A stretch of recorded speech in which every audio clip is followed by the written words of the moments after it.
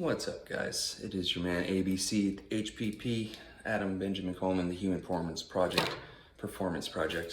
Sorry, it's early, tired. I don't really want to be doing this, but I'm going to do it. I told myself I was going to do 3 videos a week, which turned into 2, with the third being optional.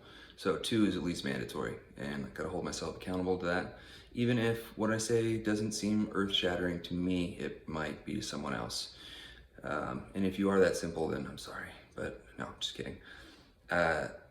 Before we start any of this, and I forget, I'm not a doctor. This is not an advocation of doing anything illegal or taking or not taking any banned substances or anything, period, for that matter, not even whey protein. This is just for information purposes, entertainment purposes, so do with the information what you will. It's just based on my experience, which hopefully saves some of you some time, money, frustration, or all the above. So, with that all being said, the reason that I started this channel, or because the reason why most people seem to want to watch channels like this, self-improvement and performance. So as a human, there's a lot of aspects that go into our lives, right? Physical performance is one of them that we focus on a lot. And kind of what started this channel for me is the physical performance. But it's sort of evolved into more of a mental, spiritual, holistic performance project. And that's where I got the name of it from. And that's what it means to me, or what it means, period. So on the physical aspect of things, some of you may or may not know or see on Instagram, I've definitely actively started trying to lift weights again and get bigger in the hopes of competing again. Not the hopes, I'm gonna compete again. It's just really a question of when and how things go between now and what I hope will happen. There I go again. It's what I plan on accomplishing, God willing. So if that offends anybody, I'm not sorry, but just so you know, I will refer to God on here. You can call the divine power of the universe, call it, I don't care what it is to you, but just something greater than myself is what I needed to find and believe in to even exist in a halfway happy state in this world. And I hope that you find something that works for you too. But anyway, back to what I was talking about. Why do you care that I've started lifting weights again? Well, there's really been 2 main focuses in my life: cycling, bodybuilding. Those are 2 very admirable and fun hobbies, or for some careers. They're 2 very different training styles. They're not really conducive to one another. Cycling is really more about power to weight ratio. Bodybuilding is really more about just power and size, not necessarily power, just because the size comes the image of an expectation of power. But hypertrophy, muscle size, and therefore usually weight gain, comes with bodybuilding. So that's not going to necessarily benefit your cycling performance in any way, shape, or form. In fact, it's usually going to hinder it, and so do the things that a lot of competitive bodybuilders utilize to get to their level that they want to be at. We will talk about performance-enhancing drugs and drugs, period, on this show. More specifically, the recovery of drugs and the drugs as they pertain to the effect they have on human performance. But again, it's not to advocate or to deny the presence of, or to try to change your view on any of those things. It's just simply to let you know they exist, and maybe even to provide you with a little bit more of an insight on their existence, period, how prevalent or non-prevalent it might be compared to what the notion you have in your mind is. So anyway, I decided that I'm going to pursue bodybuilding into my later years, being that I'm 37 now, as of this last May. And I really enjoyed it. It gave me a sense of peace in my life and a little bit of a sense of control, if I'm honest. And it was a narrow little piece of the world that I could kind of manipulate a little bit to some extent. I'm still in no control over whether my heart continues to beat or not. I could die at any moment, and I'm fully aware of that. So it's not, we're never in control. We always think that we're making these long-term plans. That's why you always hear me very hesitant when I make plans, for multiple reasons. I have no idea what the future holds, right? And I am a Christian. I read the Bible, and by that I am taught that I'm not really supposed to make my own plans. I can make my own outlines, put some intentions out there, and if it's by His will and it matches up, then it's a plan. But until it's something that God wants for me or wants of me, then it's not gonna happen. So I try to listen to what I think that will is, and to see how I can best do it, serve it. And that simply is usually helping someone else, and it's not a foreign concept. Just be the best person you can be and try to help someone beside yourself, and watch how much better your day gets. Just watch. Don't even believe me, just watch. So anyway, the bodybuilding thing, I've competed before. Those of you that don't know, I did pretty well, actually. I qualified to go to the national level competitions. I didn't take the invitation. I wasn't ready at the time. I was a full-blown alcoholic, practicing and using other substances too, cocaine, methamphetamine, opiates, but alcohol was from pretty much 12 to 26 or so, 26, 27, was pretty much the driving force in my life. And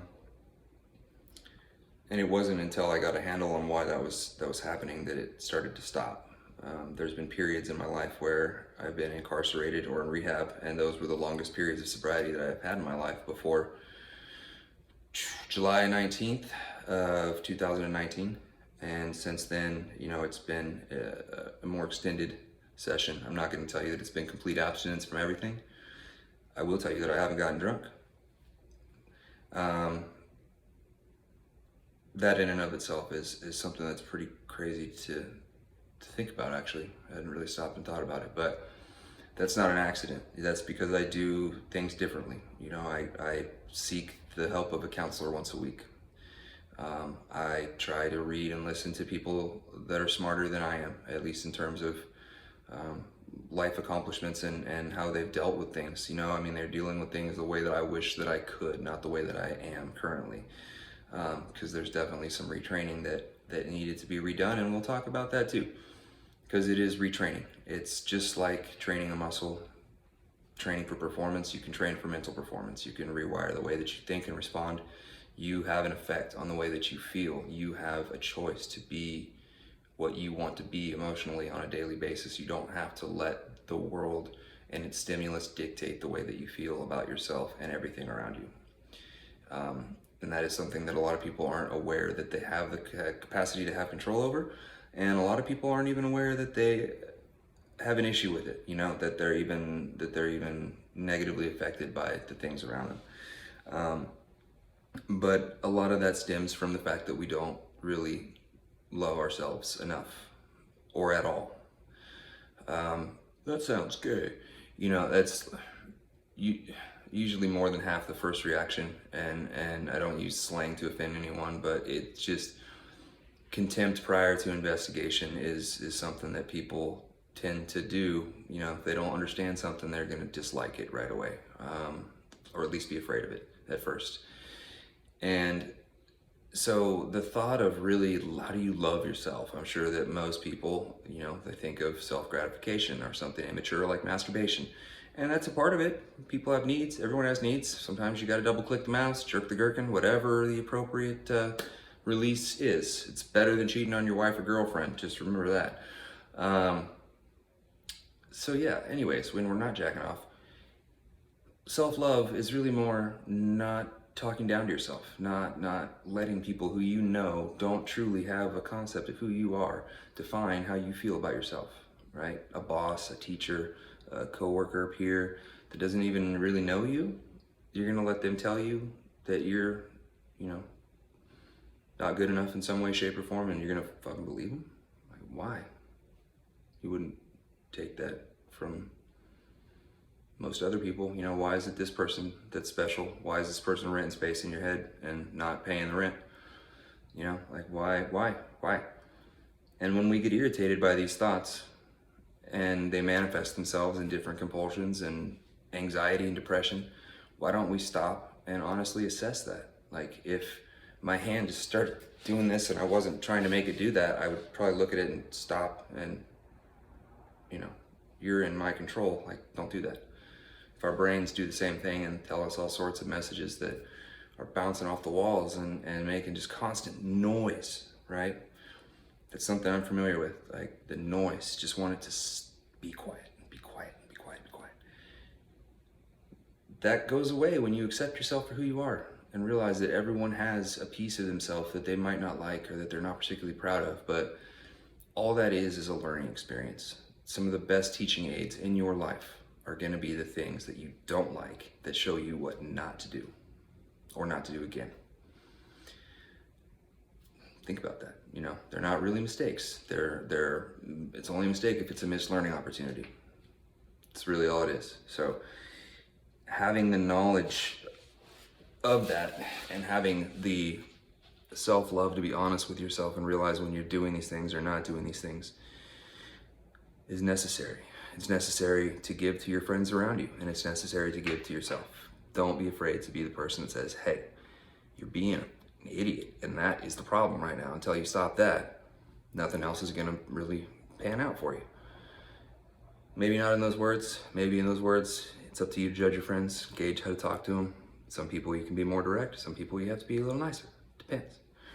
Some people you have to gauge the day on which way you need to talk to them. But that's a different story and a different person, or three inside of one. Anyway, self-love. What else are we talking about? Putting it all together, I guess. So what does self-love have to do with mental training, human performance, and my day-to-day? Well, people who are bodybuilders are not just people who are on stage flexing in thongs. Anyone who wants to improve the way that they physically look is building or constructing, changing the composition of their body. They're building their body. They're increasing their running endurance. They're increasing their sprinting speed. They're increasing their powerlifting ability. They're building. The goal is never to destroy. There is no sport, as far as I know, that's body destroying. That's not doing anything, sitting around, smoking, drinking, dying passively. So, being that we're all kind of in the same boat, we're all trying to improve ourselves. That's why we go to the gym. That's why we do physical pursuits, whether they're just for hobby or whether they're for like a competitive release. Because we want to improve. We love ourselves. So make sure that your decisions that you make are those in love, whether they're towards yourself or towards other people around you. Because what you reflect is what you are going to see back. That's the reflection you're going to see. The response you're going to get is what you're giving out. So if you're having a shitty day, and a lot of people seem to be giving you attitude and getting in your way, and everything seems to be happening to you, try to stop yourself like you would train a dog. If shit's on the carpet, you show it, you put it outside. Does it again, you show it again, you put it outside. And you keep doing it, and you keep doing it, until when the dog goes to take shit on the carpet, it stops and says, oh, you're supposed to go outside to do this. So when you find yourself going down a road mentally of negativity, of defeatist attitude, of whatever it is, blame towards another person, resentment, just not, you know what I'm talking about, negative things that you don't want in your head, things that make you feel yucky. Stop. First thought wrong. Take yourself outside and shit on the grass, not the carpet. It's your lesson for the day, right? Nope, not the carpet, outside on the grass. First thought wrong, second thought, outside. Wish I could take credit for this, and I don't want to give complete credit because I bastardized it and it's not even close to what he said originally, but there's a morning motivational podcast that I got the whole puppy training and the hand spazzing out thing from, and it's really remapping and retraining your brain just like you would train a muscle. It's repetition. It's recognizing, shit, I don't like the way my biceps look. I'm gonna do some more bicep curls. Shit, I don't like responding in anger and having people think that I'm an angry person. When I find myself getting angry, I'm gonna stop. And I'm gonna find a way to remove myself and do the exact opposite of getting angry. Stop. Don't shit on the carpet. Go outside. Okay, now, first thought wrong. I've found myself a lot realizing that my first instinct, my visceral reaction, is usually wrong. I usually need to do the opposite of it. If I'm doing things truly for my benefit, benevolently, and not to try to get something in return. So on that note, try to do something today and not get anything in return. That's your homework. Don't shit on the carpet. Do something without expecting anything in return. Do those things. See if your day doesn't get better. At the very least, you won't have to shampoo your carpet. So you're welcome. But be good humans. I hope you got something out of this. Please, please like, subscribe, suggest even. I'm open to suggestion, but definitely comment, play along, participate. Not just this channel, but in life in general. Find me on social media, Instagram, the other one, Facebook. Sorry, it's early. And enjoy your day. You know, try to live your life from a place of positive perspective, and just be the difference that you want to see in the world. Don't expect to see it in someone else. Don't wait for a great situation. Just pull greatness out of everything that's even within arm's reach. All right? We need to get bigger biceps anyways. So until next time, take care of yourselves. Thank you for watching.